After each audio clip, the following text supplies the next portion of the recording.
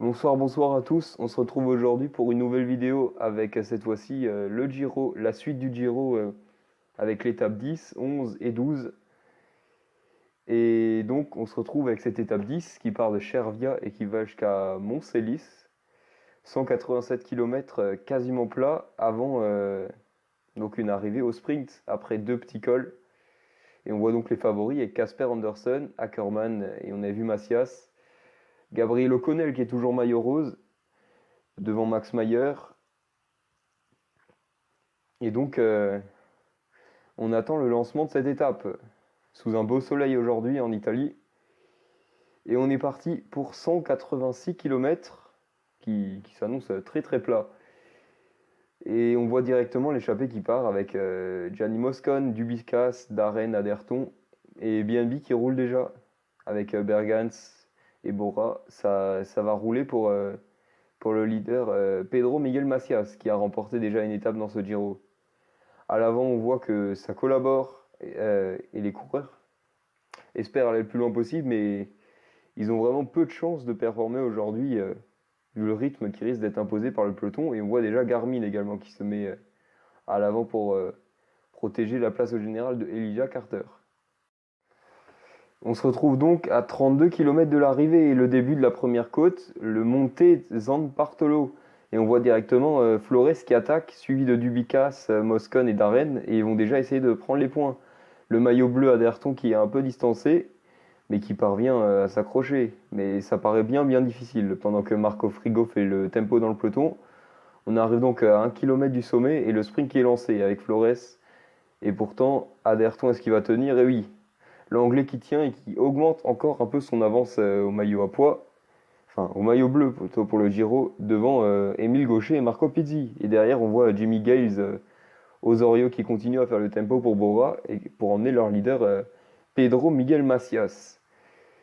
L'accélération de Bora continue dans ces deux petites bosses. Peut-être certains sprinteurs pourront être piégés, comme on voit James Cavendish, euh, un sprinter très costaud mais qui a un peu de mal sur le vallon, le maillot cyclamen. Et donc Bora qui continue, on est à 3 km du deuxième sommet Calaone, un sommet qui monte assez raide avec une petite partie plate au milieu. Et devant Gianni Moscon qui lance. Dubicas en difficulté dans sa roue.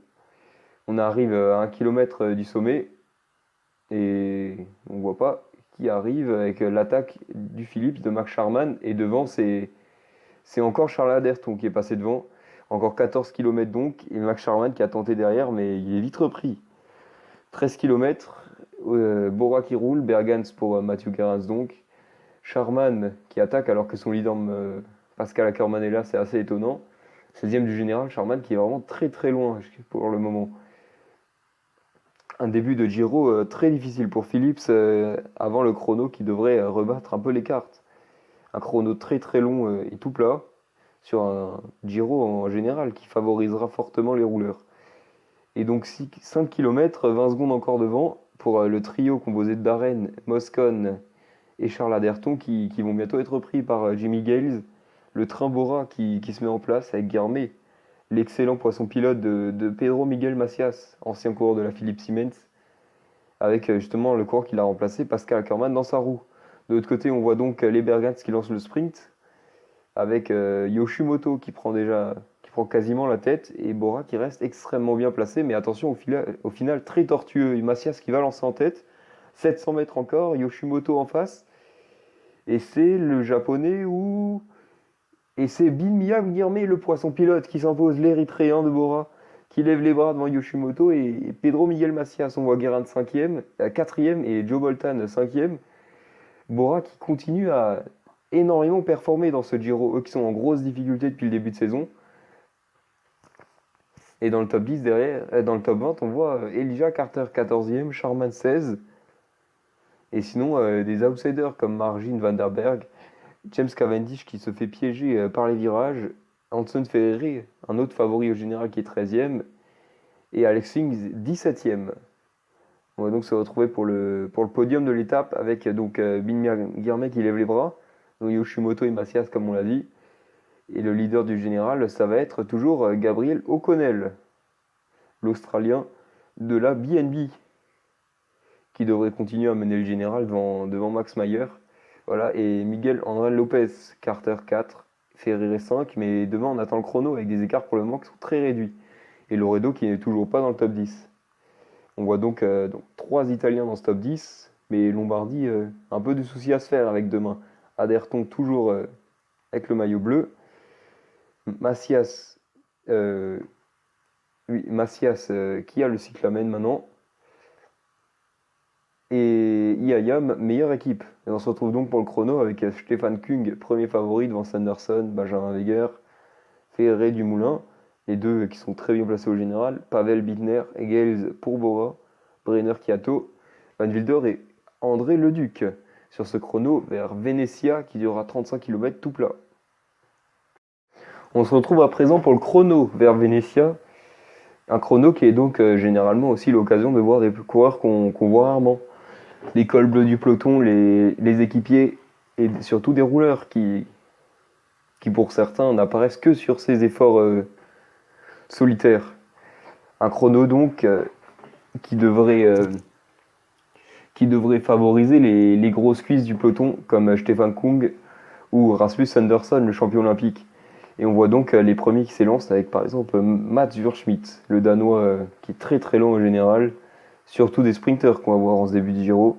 En ce début d'étape, Michael van der Hoorn, Holgard Affini, l'Italien qui n'a vraiment jamais percé, alors qu'il était annoncé comme un gros espoir, tout comme Jonathan Astat, un autre Italien, ancien champion d'Italie de l'effort solitaire, qui prend le meilleur temps au premier inter, mais ça ne devrait pas tenir longtemps. Daniel Holgard qui marque le premier temps pour Bergans, devant Jiskra et le frère, et devant Mats Wurschmidt de Bergans, Stefan Kung qui va peut-être prendre la première marque avec déjà un temps de référence. Donc, premier inter, il ne devrait pas être battu avant l'arrivée d'autres spécialistes comme Sanderson qui sont bien meilleurs grimpeurs et donc bien mieux classés au général. Avec le vent qui est complètement inexistant aujourd'hui malgré ce chrono qui se déroule au bord de la mer et Stefan Kung qui met le premier temps devant Jonathan Astat et Matthias Weiss. Derrière, on attend un autre Suisse, Benjamin Weger, qui termine à 20 secondes. Wendel, encore un Suisse. Et maintenant, ça devrait être plus calme. Avec Vatrov Shlazov, le Russe de la Philippe Siemens, champion de Russie à multiples reprises, qui vient de perdre son titre. Lui qui est 147e du général, a déjà 1 heure. On attend son passage au second inter, et il est déjà à 1 minute. Il est très très loin. Stefan Kung qui a fait un vrai bon chrono aujourd'hui. Yongzhang derrière, Andreas Kron, et derrière toujours beaucoup de sprinters, mais on retrouve également Laninas Paprikas, une petite mascotte du serveur, mascotte du monde pro, lui qui est connu pour avoir battu Primoz Roglic il y a longtemps, et qui a fait un exploit qui a fait sa renommée. Lui qui est maintenant 5e à 14 secondes et qui va également arriver au deuxième inter, pendant qu'on voit que Vatrov Shlazov a pris la 4e place et Italo Celestino, une grosse surprise, qui prend la 5e place. D'ailleurs, on voit Maika et Inao, des coureurs en fin de carrière, qui se sont élancés et qui sont bien loin du top 100 et qui devraient s'arrêter dans les prochaines années. Ulas Zizlo, le Biélorusse, qui prend la 3e place et qui devrait battre au moins Shlazov et peut-être même Astat, et qui arrive maintenant sur ce long pont vers l'arrivée. Et on rappelle qu'une étape était passée il y a quelques années par ici, avec beaucoup de cassures et une victoire finale de Alexander Kristoff. Maintenant on attend Großschartner, Macias, Darrigade ou encore Thomas Eugas, le très bon équipier IAM qui devrait surtout s'illustrer dans les dernières étapes qui sont très très difficiles, avec un enchaînement qui emmènera les coureurs à l'Isran par exemple, avec un petit passage en France. Et Pavel Bittner qui s'élance à présent, le champion de République tchèque, autre grand favori de ce chrono.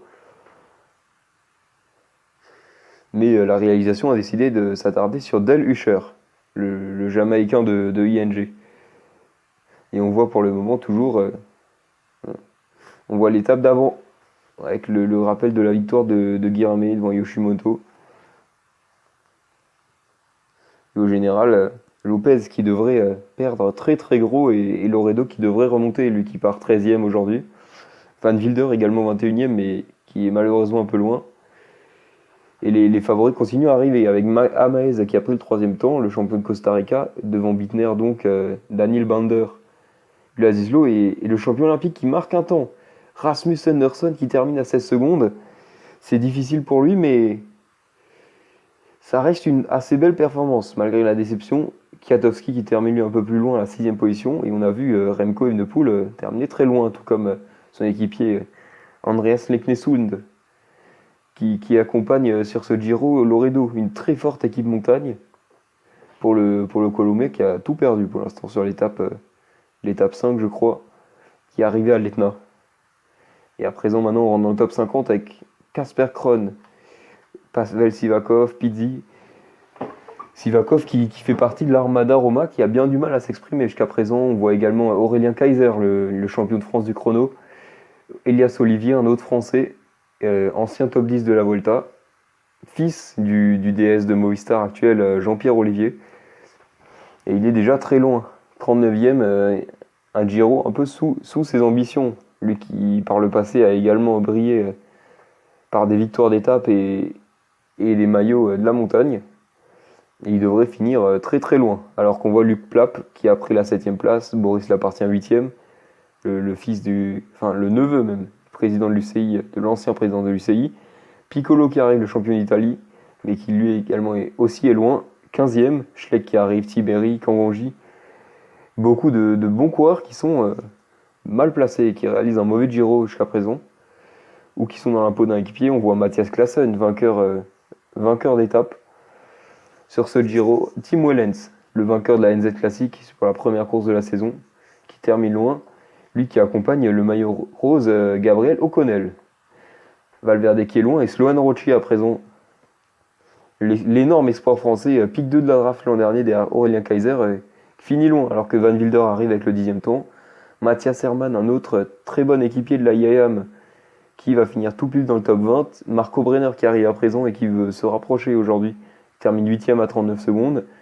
Guillaume Klein, lui, qui va perdre énormément de temps, sûrement 3 minutes aujourd'hui pour le grimpeur français, ancien vainqueur du Tour de Lombardie l'an dernier, qui a permis à son équipe Lotto Mitchelton de monter en Grand Tour. Max Sherman à présent qui est toujours aussi décevant, 23e et au deuxième inter et qui finit 21e. Andreas Neumanns, l'Autrichien ancien transfuge de Airbus, qui finit loin, mais la priorité reste Max Mayer, alors qu'on voit Karel Vasek et Haritsa Loredo, le champion du monde du chrono, qui avait brillé l'an dernier sur le chrono en Inde. Un chrono organisé dans les montagnes en Inde pour célébrer le cyclisme asiatique. Et on voit à présent le maillot rose qui est parti. Gabriel O'Connell qui est sur la route et Hermino Saucedo qui va arriver et qui risque de passer derrière Loredo. Alors que les temps maintenant, les coureurs arrivent très très loin. 49e pour Saucedo, Aleotti qui va également perdre sa place. Le grimpeur italien qui finira très loin. Alex Fings, c'est moyen. Et en général, c'est moyen pour beaucoup de coureurs, pour le moment, qui pourtant sont pas mauvais en chrono. Et donc Aleotti qui finit son 11e, et Fings qui arrive juste derrière lui, qui est également très loin, 29e. Coluccini et Lombardi qui, eux, sont très moyens aujourd'hui. En général, les grimpeurs aujourd'hui ont un peu de mal à performer sur ce chrono plat. Simon Yates et Tom Dumoulin, Tom Dumoulin annoncé comme un des favoris de l'étape, qui est 3e jusqu'à pour le moment, et qui espère se replacer fortement au général, peut-être revenir sur le podium et même prendre le maillot rose si possible. Avec donc Mario Lombardi qui arrive loin, très loin, l'Italien qu'on ne verra même pas dans le top 20. Simon Yates, le 7e, à une 32 qui arrive 32e et qui réalise un chrono honorable. Mais Tom Dumoulin est déjà là et il réalise un 3e temps à 17 secondes. On attend maintenant Elia Carter et Hanson Ferreri, l'Italien ancien vainqueur du chrono, qui réalise jusqu'à présent un bon Giro, très, très régulier l'Italien. Et il prend donc la 14e place à 46 secondes, juste derrière Miral Kwiatkowski. Et il y a Carter, un des favoris du Giro, et qui se rapprochera ce soir forcément du maillot rose, qui va terminer à 1 minute 15 en 28e position. Et maintenant on attend Lopez, Mayer et surtout O'Connell, le maillot rose. Va-t-il le conserver aujourd'hui? Max Mayer qui réalise un temps également honorable pendant que Lopez vraiment est en difficulté. Qui réalise un très très bon début de saison avec une victoire à l'UE Tour. Et il va terminer 75e à 2 minutes 14. Max Mayer qui arrive à présent, qui va perdre sa minute 30 également normalement. Est-ce qu'il va faire top 50? Oui. 1 minute 39 pour lui et maintenant O'Connell qui arrive. Peut-être le troisième meilleur temps des favoris après Ferreri et Dumoulin. Le maillot rose qui termine 24e à 1 minute 09. Et Stefan Küng qui s'impose donc. Le grand favori de l'étape, après énormément de déceptions, qui lève enfin les bras sur une étape pour le Tour. Devant l'Anglais, le champion olympique Rasmus Anderson, Tom Dumoulin est troisième devant Weger et Jimmy Gales. NTT qui sera déçu, avec également Luc Plapp et Bittner dans le top 10. O'Connell qui garde donc son maillot rose devant Dumoulin, Mayer et Ferreri qui se replace, Carter également, Lopez qui perd 3 places. Loredo qui revient dans le top 10 à 3 minutes 06, mais c'est compliqué. Cavendish en cyclamen, alors je m'étais trompé à l'étape d'avant, et IAM Tageyer, largement meilleure équipe. On voit donc derrière le top 20, et maintenant on arrive au Monte Zancolan, la première grande étape de ce Giro après l'Etna qui était plus facile et qui pour toi a fait des écarts. On arrive maintenant au Zancolan, la montée la plus dure d'Europe, avec un favori aujourd'hui, c'est Elia Carter qui espère reprendre le maillot rose à O'Connell. Derrière, on verra Dumoulin, l'Australien le maillot rose, ou encore Aretha Loredo qui espère se refaire une santé. Place à présent à l'étape 12 avec le Monte d'Ancolan et on voit donc une échappée de 12 aujourd'hui avec Romeshko, mais surtout Andreas Leknesund, Emilien Gaucher, Munoz, Celestino, Van den Ebele ou encore Nicolas Arnaud, l'Argentin de la Movistar. Pendant que derrière, BNB qui impose un vrai tempo avant le début des hostilités pour son leader Gabriel O'Connell, l'Australien qui pour son premier GT en position de leader espère vraiment briller. Alors qu'on a aperçu également l'Érythréen Nathanael Beran dans ce Giro qui réussit à l'Érythréen Guilhermet. Peut-être que son compatriote va l'imiter. Derrière, on voit également les Garmin pour Elia Carter, mais le tempo pour le moment est vraiment assuré par les BNB avec Gabriel O'Connell qui doit être en grande forme. On revoit l'étape 8 qui avait souri à Matthias Classen devant Guillaume Klein et Marco Brenner en échappée. Et auparavant, Elia Carter qui a remporté l'étape de la Caserma qui avait coûté énormément de temps à Aretha Loredo. On voit ensuite les étapes qui se profilent avec un chrono montagneux et un final en apothéose avec cette étape de montagne suivi d'une petite étape de plat vallon et 2 grandes étapes de montagne avant le chrono final de 25 km qui arrivera à Turin pour le final de ce Giro. Alors que derrière on voit déjà Cavendish qui est en grande difficulté pour tenir. Et la chute de Alex Sings, le Canadien qui rentre immédiatement, pas de problème pour lui, et pendant que Guillaume Hodge, lui, a un peu plus de mal derrière. À l'avant, on voit donc ces 12 hommes qui abordent la Fuesa avec 3 minutes 20 d'avance sur le peloton, mais ça devrait être difficile aujourd'hui pour les échappés d'aller au bout. Quand on voit un peloton qui roule aussi fort derrière, Ford Abbey qui est bien placé, l'Américain 7ème pour le moment au maillot Azzurro. Et donc on voit également Aziz Deep, le coureur de Alpizère, l'Allemand, qui est annoncé comme un des favoris de s'échapper en cas d'arrivée sans les favoris. Pendant que Küng et Gaucher sont déjà décrochés dans la première montée. Avec Van den Ebele, le Belge de l'Avanti, journée difficile pour les Belges de l'Avanti. Van den Ebele qui essaye d'emmener son leader Émile Gaucher, mais ça a l'air compliqué. Donc il reste encore 4 km pour l'échapper, ils ont déjà plus que 6. Arnaud qui va continuer de faire le tempo pour essayer de prendre les points avec Beran, Deep, Munoz, Leknesund et Romeshko. Avec le retour des 2 Belges qui ont fait la montée et Van den Ebele qui en profite pour prendre des bidons durant ce petit temps mort.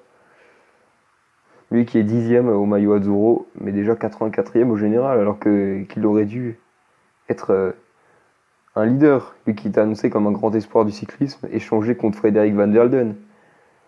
Un des grands favoris des classiques pavés, même si cette année il a eu un peu de difficultés. Un échange qui pour le moment déçoit dans les deux sens, avec BMB qui poursuit sa route derrière. Top Squins qui roule le champion de Lettonie, avec Durston, Marizzo, Egg, et toute l'équipe pour le leader O'Connell. Avec Cavendish derrière qui est déjà lâché. Grosse difficulté pour James Cavendish. Il va falloir rentrer dans des délais et ça va pas être tâche aisée pour le Britannique qui de toute façon ne devrait pas aller au bout de ce Giro vu la difficulté des étapes qui arrivent. Alors, et donc 56 km, chute de Tom Pidcock et de Pavel Sivakov, le russe, qui a vraiment énormément de mal cette saison, comme les saisons auparavant. Pendant que Schleck, pour l'instant, ne s'est pas montré non plus et que Karel Vasek est en grande difficulté au général. La Roma qui, pour le moment, est très mal en point dans la saison en étant dernière Conti. Et on se dit que le DS Sam Inky réfléchirait à un départ d'un de ses leaders pour relancer l'équipe italienne de la Roma Mondi. On arrive donc à 1,9 km de l'arrivée du Passo d'Uron. Et devant, on retrouve Nicolas Arnaud qui prend les points donc devant Aziz Deep et Roman Munoz. L'Argentois qui continue sa remontée au maillot de meilleur grimpeur, sachant que Charles Aderton n'est pas là dans l'échappée et que Émile Gaucher a vite craqué. Le sprint maintenant qui devrait être une formalité derrière Thibaut Pinot qui a mis une petite banderie mais qui n'est pas sorti du peloton, pris immédiatement en chasse par les BNB de Thomas Rodrigo. Et ça continue de rouler pendant que devant ils sont encore 6. Les devantis, les Knessoun, Munoz, Deep et Arnaud qui arrivent maintenant dans la Sella Valcalda. Valcalda, la dernière ascension de la journée avant le col final du Monte d'Ancolan. Une montée terrible qui devrait faire d'immenses écarts avec ses passages à 20%.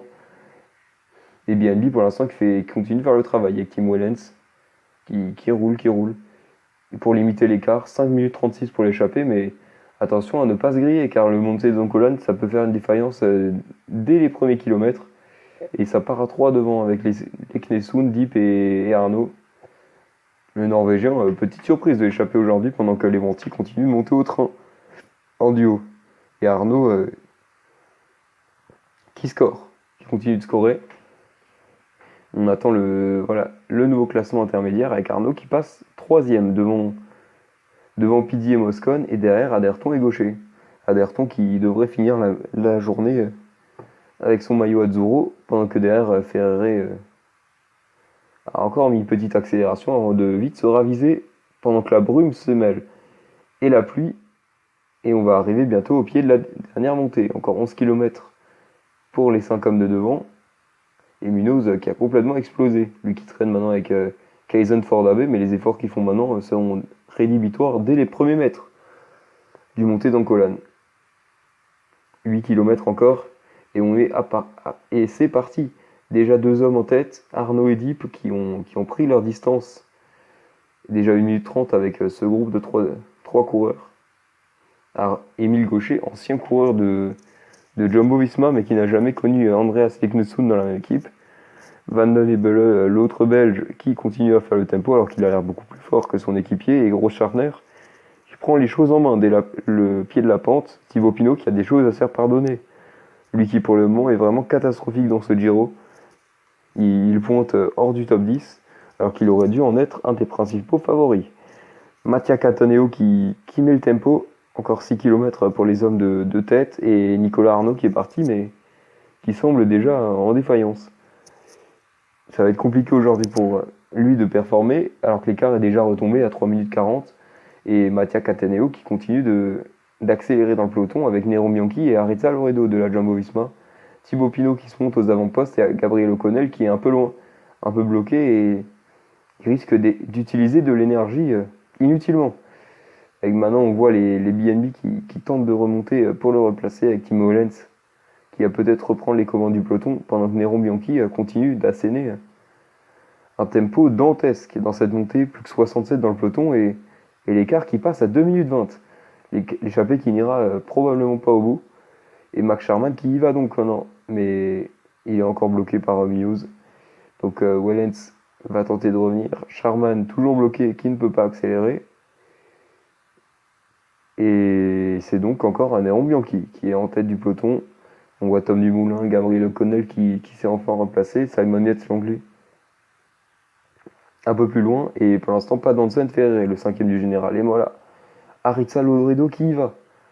Un des grands favoris du Giro qui veut remonter ce soir dans le top 5. Il y va avec Max Mayer, Carter, Sharman, Pinot, Dumoulin, Fings et O'Connell qui lui est complètement bloqué à l'arrière.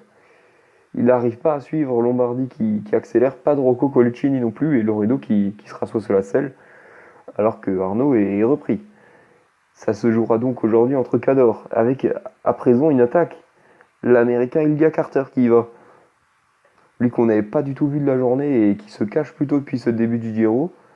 Il part et seul Loredo semble en mesure de peut-être raccrocher, quand Gabriel O'Connell craque. Le leader, le maillot rose, n'est plus en capacité de suivre les efforts de Loredo à présent, qui mène la chasse de Carter et il va craquer, il va perdre énormément de temps aujourd'hui. Alors que Loredo, lui non plus, ne tient plus. Aleotti derrière qui a craqué en même temps que le maillot rose, Pinot à côté et Marco Brenner qui lui aussi tente d'accélérer à présent. Mais Ilya Carter semble très bien parti aujourd'hui, lui qui a déjà pris une minute à présent.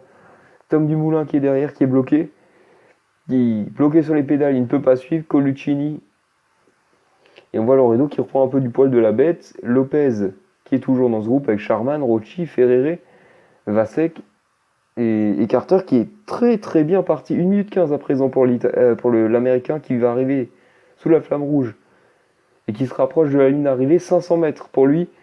Pendant que derrière Marco Brenner est à sa poursuite. Mais c'est fait. Ilya Carter remporte l'étape du montée dans colonne et va prendre le maillot rose. Aujourd'hui, énorme victoire de l'Américain qui va se positionner en grand favori de ce Giro.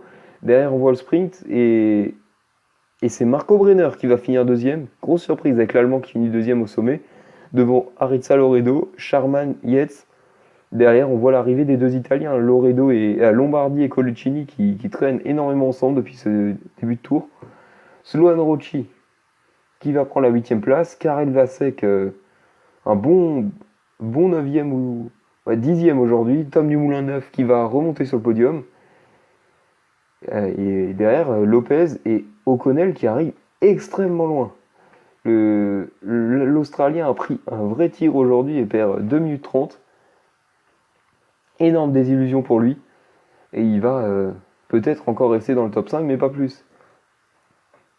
Il va quasiment être pris par Sharman et Loredo. Tandis que derrière, on voit l'arrivée des distancés et peut-être des hors-délais à prévoir aujourd'hui. Des délais qui sont fixés à 1h05, alors qu'on voit O'Connell qui termine donc 19ème et Cavendish qui lui va avoir beaucoup de mal à rallier l'arrivée. Mais ça devrait le faire. Aujourd'hui, ça devrait passer pour lui, il est en sursis, mais ça tient. Il termine 20 minutes avant les délais, et donc tout le monde passe. Aujourd'hui avec victoire d'Ilya Carter, devant Marco Brenner, Loredo, Sharman. Simon Yates 5ème, et on attend à présent le classement général de ce Giro. Avec voilà la prise de pouvoir de Ilya Carter devant Tom Dumoulin. Gabriel O'Connell reste sur le podium, mais à présent à portée de fusil de Max Mayer, Simon Yates, qui sont tous les deux à 1 minute 43, Hansen Ferré à 1 minute 51, Lopez à 2 minutes 18 et Aritza Loredo qui est toujours à 2 minutes 53 à cause de sa défaillance de la 5ème étape. Aderton restant à 0 devant Gaucher et Carter qui a fait une énorme remontée. Comme Nicolas Arnaud, membre de l'échappée. Ilya Carter également, maillot cyclamen devant Cavendish. Et du côté des jeunes, c'est O'Connell. Pendant que Iayam Tageyer garde son classement de la meilleure équipe. Voilà, on se quitte là pour cette étape et pour ce Giro. Et on se retrouve donc pour l'étape 13 d'ici demain ou ce soir. N'hésitez pas à vous abonner et à rejoindre le serveur. À la prochaine.